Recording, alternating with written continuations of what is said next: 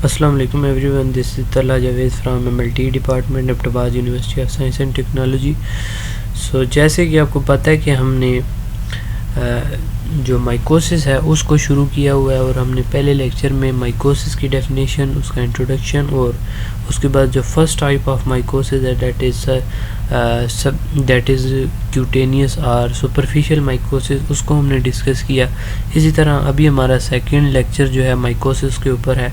इसके अंदर हम सबक्यूटेनियस माइकोसिस, सिस्टेमिक माइकोसिस और थोड़ा सा अपॉर्चुनिस्टिक माइकोसिस के ऊपर बात करेंगे। सो वक्त को ज़ाया किए बगैर चलते हैं अपने टॉपिक की तरफ।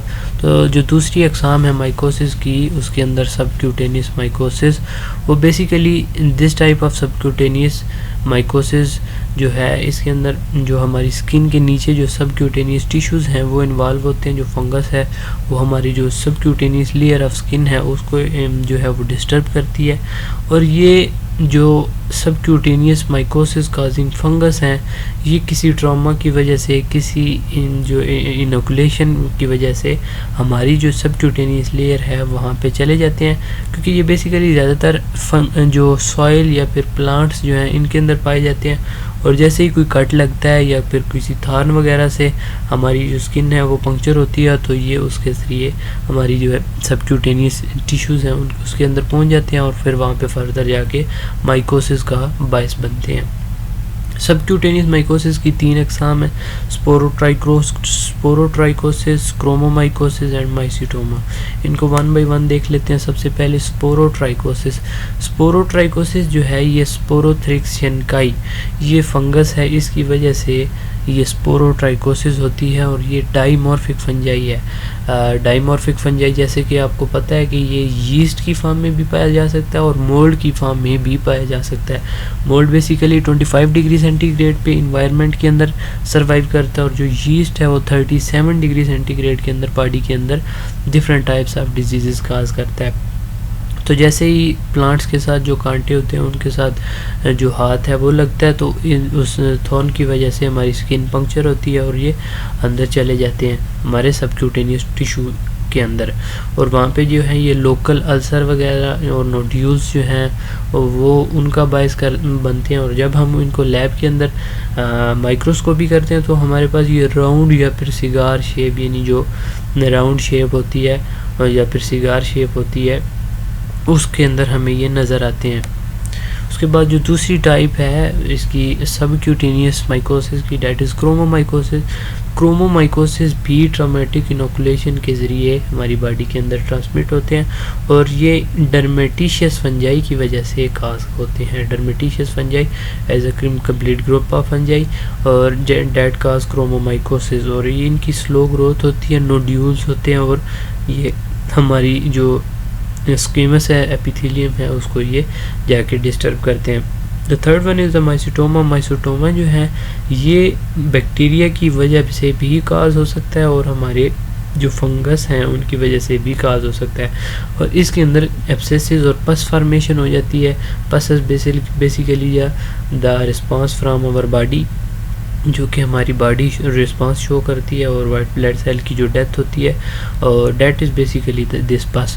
और वहाँ पे एब्सेसिस बन जाती हैं, वहाँ पे कैविटीज़ बन जाती हैं और ये जो माइसिटोमा होता है इसके अंदर ये आ जाती हैं। और ये मोस्टली हैंड, फीट और या फिर बैक के अंदर देखने को मिलता है। इसके अंदर जो बैक्टीरिया मौजूद होते हैं या जो बैक्टीरिया प्रोसीड करते हैं सबक्यूटेनियस माइकोसिस माइसिटोमा को, वो हैं एक्टिनोमाइसीट्स, और जो फंगस है वो है मेडुरेला।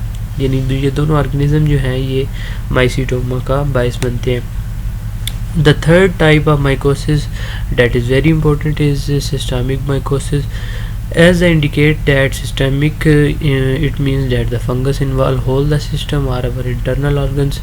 So जो इस तरह की जो माइकोसिस है इसके अंदर फंगस जो है ये हमारी पूरी बॉडी के अंदर फैल जाता है, हमारे इंटरनल ऑर्गन्स जो हैं उनको इफ़ेक्ट करना शुरू कर देता है।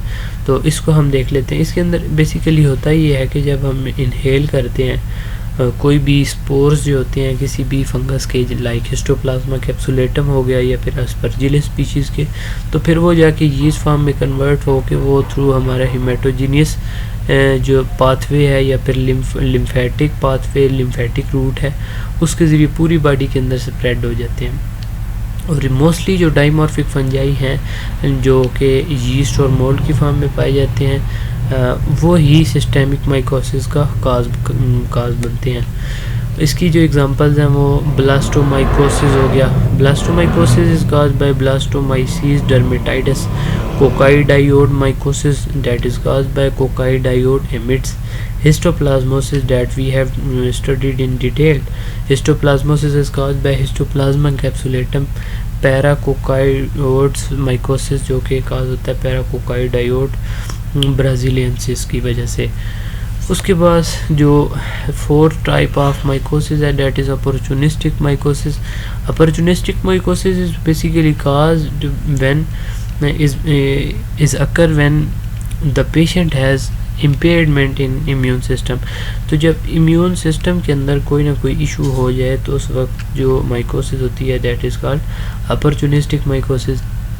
उनका जो इम्यून सिस्टम है उसका नॉर्मल मेकानिज़म डिस्टर्ब हुआ होता है, जिसकी वजह से ये जो फंगस हैं like Candida, Cryptococcus, ज़ाइगोमाइकोसिस, Aspergillus species की जो फंगस हैं, इसी तरह हिस्टोप्लाज्मा कैप्सुलेटम वगैरह की जो स्पीशीज़ की जो फंगस हैं वो आसानी से जाके वहाँ पे ग्रो करती हैं और वो जो अपॉर्चुनिस्टिक माइकोसिस है उसका बायस बनती हैं। So this was all about subcutaneous mycosis, then systemic mycosis, and then opportunistic mycosis. Thank you so much. Take care.